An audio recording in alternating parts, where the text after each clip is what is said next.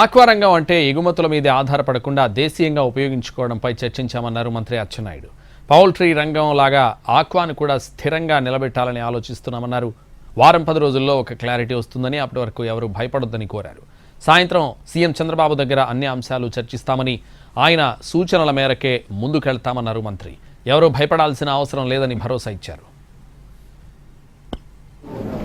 మన దగ్గర ఉన్నటువంటి రొయ్యల్ని ఎక్కువగా కన్జ్యూమ్ అయ్యే విధంగా చేయాలని చెప్పి ఒక నిర్ణయం తీసుకున్నాం. ఈరోజు తాత్కాలికంగా ఎటువంటి ఇబ్బంది లేకుండా, ఎందుకంటే డెసిషన్ వచ్చి 3 రోజులు అయింది, ఇంకొక వారం 10 రోజుల్లో క్లారిటీ వస్తుంది. అంతవరకు ప్యానిక్ కాకుండా, ఎవరు ఇబ్బంది పడకుండా ఈ వ్యవస్థను ముందుకు నడిపించాలని నిర్ణయం తీసుకున్నాం. ముఖ్యమంత్రి గారి దగ్గర సమావేశం ఉంది. ఇక్కడ జరిగినటువంటి నిర్ణయాలన్నీ ఆయన దృష్టిలో పెట్టి ఆయన యొక్క సలహాలు ఆలోచన తీసుకుని తప్పనిసరిగా ముందుకెళ్తాం.